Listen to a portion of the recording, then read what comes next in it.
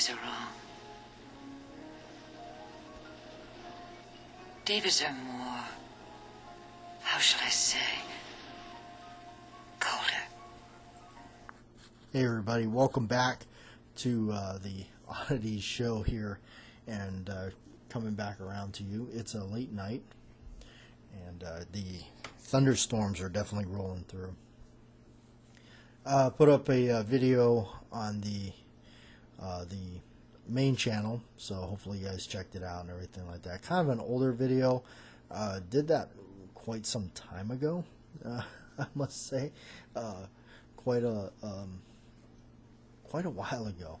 So, also Joe P, if you are listening, Joe,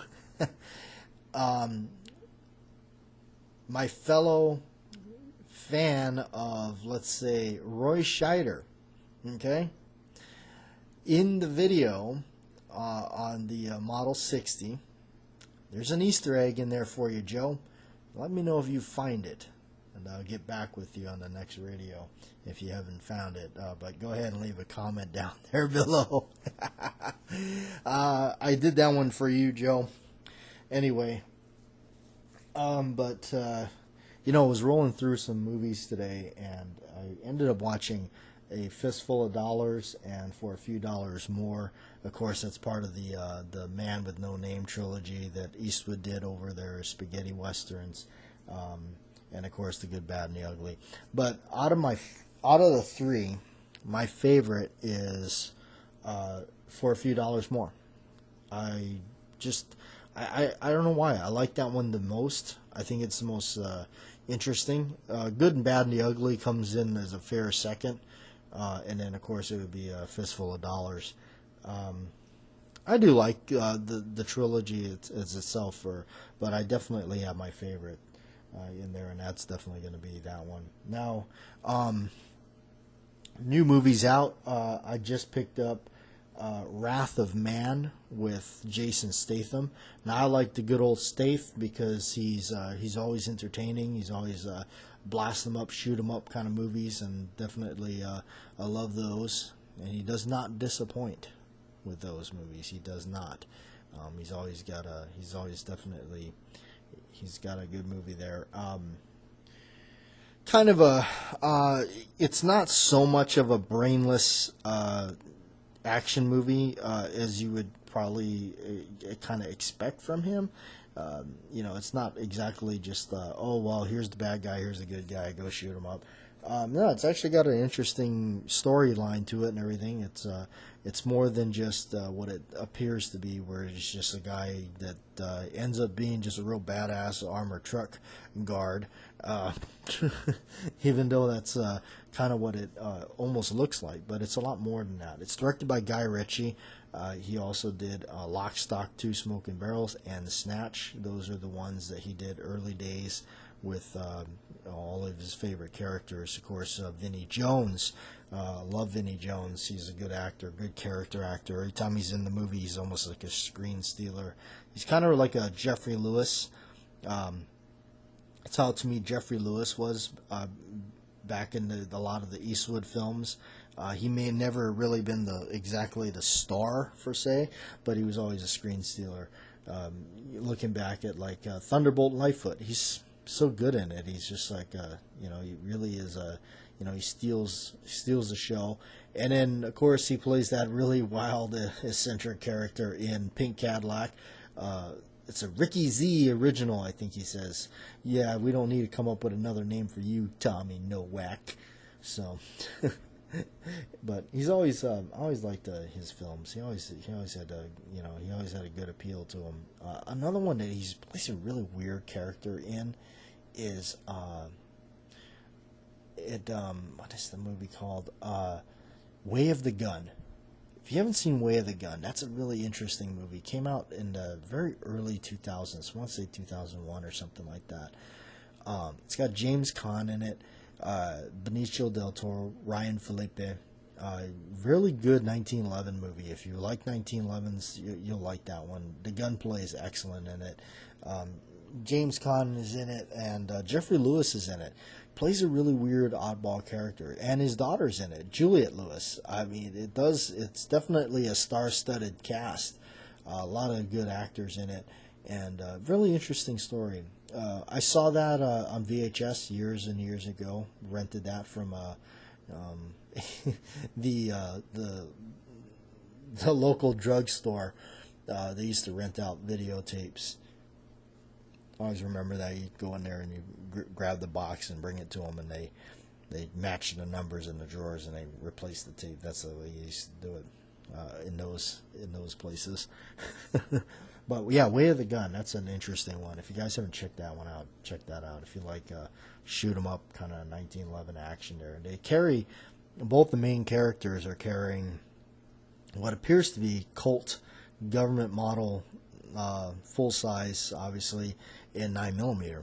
It's kind of interesting. Probably mainly because of the blanks.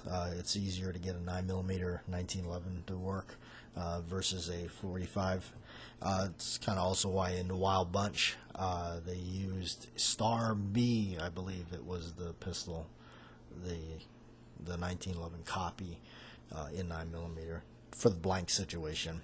Also, it's kind of known in the movie The Getaway with Steve McQueen. He carries an old original 1911 in it, Colt, obviously.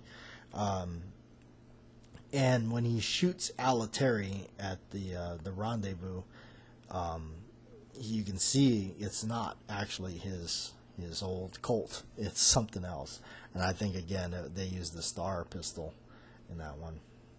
So, kind of interesting.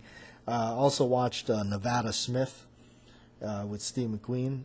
Gosh, I forgot how interesting that movie is because looking back at it, it's so funny. It's got a little bit of Papillon in there because they got, when they're trying to escape off that weird place and alligators and the swamp, the bayou, and all that. Kind of remind me of Papillon. They're trying to get a boat, and it's weird because he did all that just to get next to that guy to snuff him out. And then he goes through all that and he gets the main guy that's behind it all. The guy with the really funny nose, and he doesn't even kill him. And that's the same guy that's also in Cincinnati Kid, which is another really good McQueen movie that I like, Cincinnati Kid. That's an excellent movie. It's also got Edward G. Robinson in it, and that's one thing about all this stuff. You're looking back at that, it's like, man, I just love all these, Charlton Heston, Omega Man, Soylent Green, the Duke, obviously all of his films, and it's like all the actors I love, Bogart and all them, they're all dead. They, it's just, but I just keep going back and I always watch the older stuff because I find it the better of the bunch of the things that they make. I mean, new movies have their place, I guess.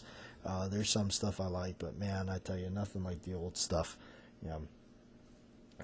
Just looking at another one I was watching, Extreme Prejudice with Nick Nolte, directed by Walter Hill. That's a hat tip to Sam Peckinpah in that one, if you haven't seen that. Nick Nolte plays a Texas Ranger in it.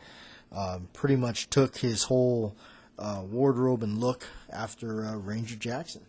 Yeah, hat tip to Ranger Jackson. Thank you for everything he's done, and bless his soul. Guys like him that passed on, really good stuff.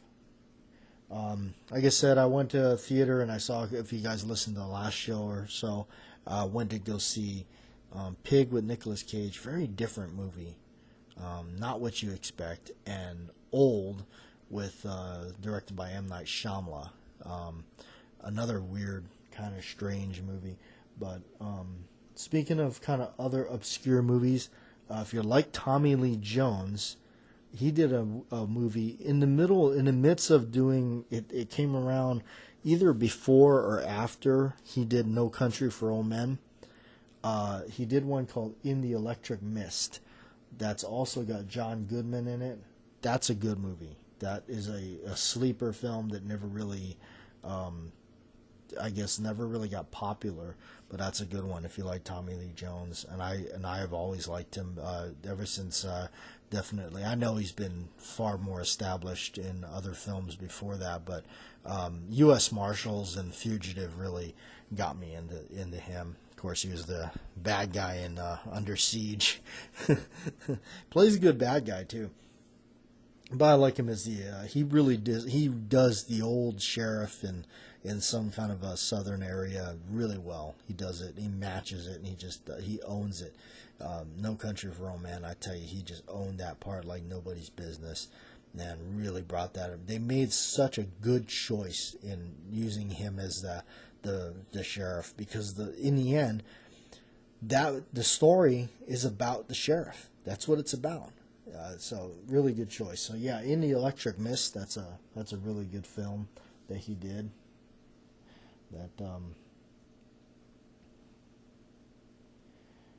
Trying to look over here and see what else we could be mentioning for you guys to check out.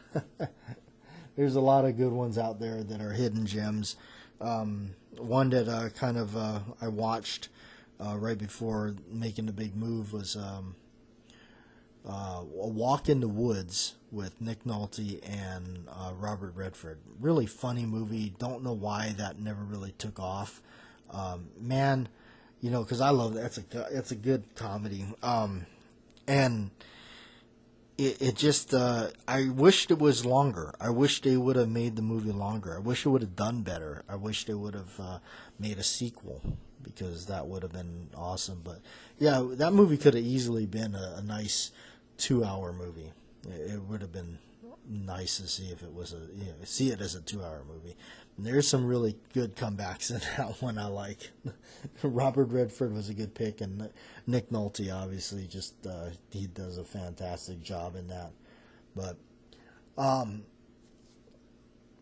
was looking at some of the comments here, of the newer video that I got out. Of course, we got all the usual guys, Lion Quest Fitness, and everybody, and my man, Crazy Scotsman. I think he's on here too. I also know that I did get wind that I don't know if Crazy Scotsman listens to these things, but I was notified that you had tagged me in some kind of a pocket dump movie or a pocket dump video. I honestly, by the time I heard about it, I didn't do it because I don't carry anything. Mostly where I'm going is work, and I carry a briefcase to work because it's all my business papers and stuff I need for the job. And that stuff, obviously, I can't show on video or anything like that. And that's it. I mean, car keys, my wallet for lunch money, because that's about all that's in there. And that's it, I mean, and I'm off to work, my pen for, work and stuff like that. I don't do any of I don't carry the gun at work and nothing like that anymore. Changed positions, a job, so it's been a little bit different. And, possibly going to be moving on from that. Might be making my exit from a lot of that stuff, and might have to kind of take a different other job. I'm almost kind of feeling like I should do that just to get away from get away from working around the firearm industry.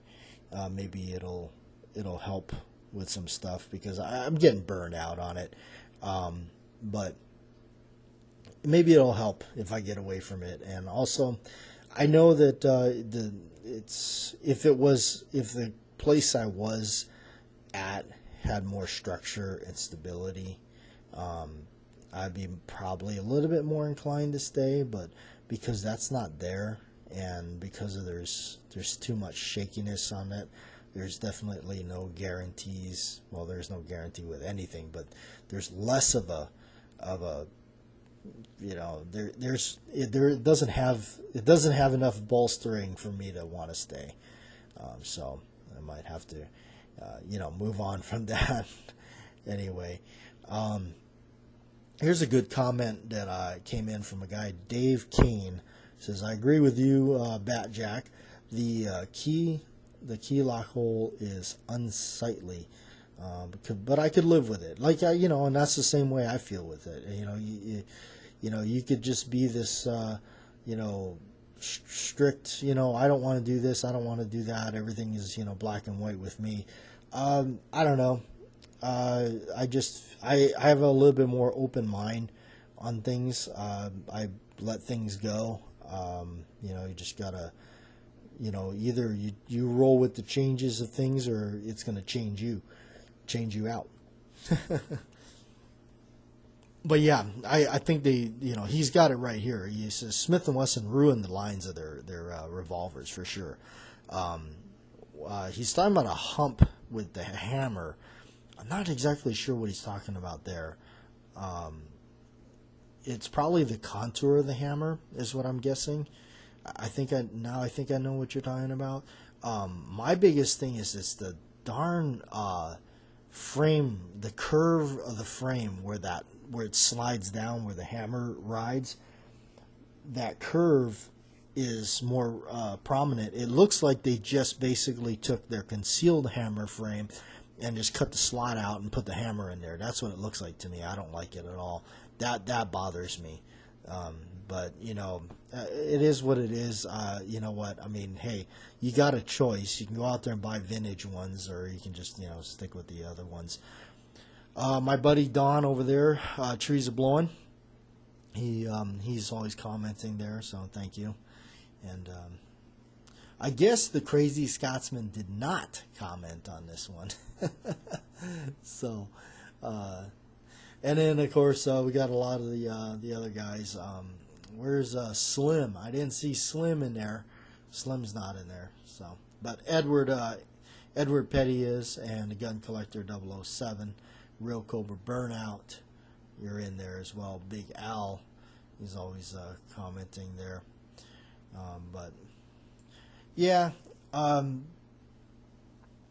sometimes I get around to getting to film stuff other places, and opportunities to photograph something, and I definitely will. I always liked filming stuff all the way back. Even when I took photography in high school, I just always liked filming, recording, taping, whatever. Creating something, because I always felt like my philosophy or feelings towards photography and videoing stuff is you're capturing time. It's a time capsule in itself. It's the only way we can look back in the past. Look at these movies with Humphrey Bogart and stuff. It's the only way we have a look back into the wonderful years of that era. Because there's, obviously no time machine. There's no way to go back. Because if there was, I'd be the first in line. I'd leave in a heartbeat. But yeah, there's no way. But that's what's so neat about pictures and videos is we've stopped time in a sense. We've captured a little bit of it, and we preserved it as long as it's somewhere out there floating around, either on a photograph or videotape somewhere. And that's what's always kind of interesting to me. So I've always liked that, and it's even better when you have an audience to show it to, or share it with. So that's always been something I've really liked about doing a lot of this stuff. Thanks for tuning in, guys.